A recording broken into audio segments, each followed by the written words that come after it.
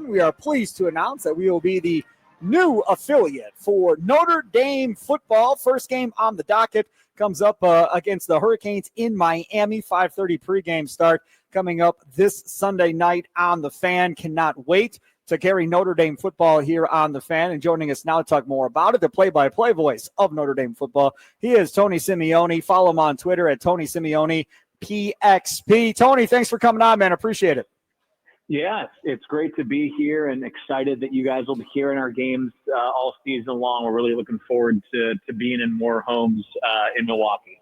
It's pretty crazy, right? So, I mean, from your perspective, Notre Dame isn't just a, Indiana brand or whatever. It's a national brand. When you're on TV on NBC for all those years, and then from the radio perspective and all the affiliates that you have around the country too, it is much different than, say, with all due respect, to say being with the Wisconsin Badgers at this point. Yeah, I don't want to get in any hot water with the Badgers right now. But, don't worry, they're fine. As you alluded to, I grew up in Seattle, and the only college football team that I knew would be on pretty much every Saturday was Notre Dame, as you alluded to, at the NBC contract. And, of course, our affiliate group with the radio stations is nationwide as well. So we love, obviously the Midwest in particular. There's great diehard fans, not just in Indiana, but all across the region and even beyond. So our affiliates, it's awesome how many different cities carry it around the country, and we're excited to have you guys on board as well. The schedule comes out for Notre Dame, and you start off in Miami against the Hurricanes. Nothing like starting off with a cupcake to start off the season, right? I mean, my goodness gracious. You start off with a rivalry game to your schedule. I would assume both fan bases jacked up for this one. Yeah, it's going to be a great game, great environment. Marcus Freeman's now in his fourth season, and he's never opened a season at home. They seem to have these really difficult games. He had to go to Ohio State one year. Last year, of course, Notre Dame opened the season down in Texas A&M, who they'll have for their home opener here when they come back after the bye. But going to Miami, top 10 matchup. It's the Sunday night game as opposed to Saturday, but they kind of get that day to themselves, so they'll have all eyes and ears on them. You can't really ask for much more. And, of course, the Irish, the last game they won was in this building last year in the Orange Bowl against Penn State, really memorable win. So a lot of guys at least familiar going into that building and getting a win, but it'll be a little bit of a different environment with all those Hurricane fans there for sure. Tell us about C.J. Carr, the quarterback picked to lead the Notre Dame football team this year. Yeah, I think people are really excited about C.J. Carr. If you're a college football fan, you know his bloodlines. Obviously, his grandfather was Lloyd Carr, the longtime head coach at the University of Michigan. He committed to play here, and really since he's committed to Notre Dame, people have been excited about seeing what he can do at the quarterback position. He's one of the highest-ranked quarterbacks they've brought in quite some time. It did sound, by everyone I talked to and all the reports coming out of camp, and Marcus Freeman's confirmed it with the way he's talked about it, like Kenny Minchie, who's the backup after CJ was named the starter, sounds like Kenny really pushed him throughout camp, which I think they all believe is a good thing. Competition is good for everybody involved. But in the end, CJ earned the job. And as you just alluded to, not an easy first game for any quarterback, certainly not an easy first game to make your first career start. But he's going to get a great taste of it on Sunday night. And I think like a lot of Notre Dame fans, I'm really eager to see what he looks like specifically on those first few drives, because it's going to be loud, it's going to be hostile, and it's going to be a great opportunity for a young second-year quarterback.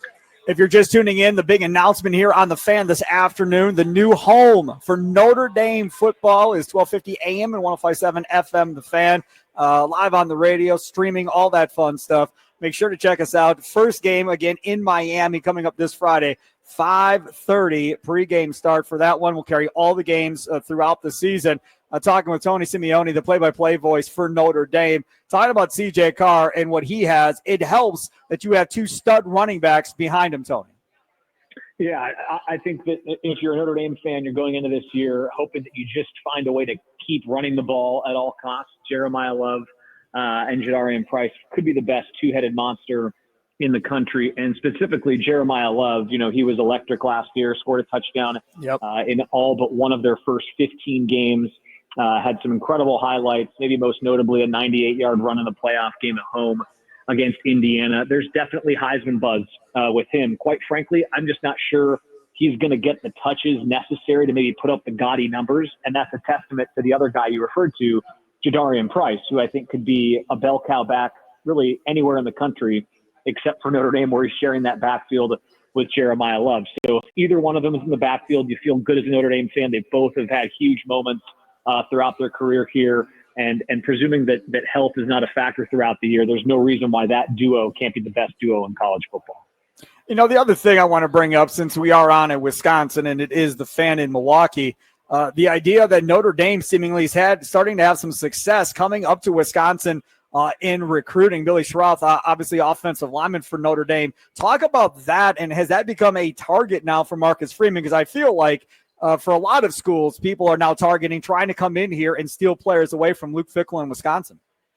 Well, I'll tell you this: Notre Dame and Marcus Freeman, they aren't scared to go recruit anywhere, right? So whether it's Wisconsin or it's the West Coast or the East Coast, if you look at this roster, it's unlike, and as you said, it's kind of a national brand. It's unlike any other roster where you're just not seeing, one state pop up over and over again. Like, I'm getting ready for Miami this week, and of course, Florida is everywhere, as it should be, right? They're in their backyard. There's great athletes down there. So specifically, if you're any state, you're going to have be looking over your shoulder. Is Notre Dame coming? And Marcus Freeman's done a terrific job. If there's one thing that it seems like he has managed to do really well in his first few years on campus is establish that he's the kind of coach a lot of young kids, young adults want to play for.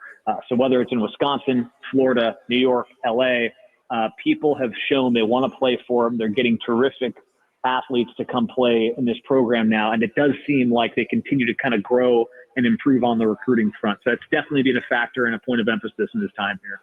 Looking forward to it, Tony. Thanks for coming on. Really appreciate it. Excited to be the affiliate for Notre Dame football here in the Milwaukee area for radio and audio. Appreciate it much, man. Enjoy the rest of your day.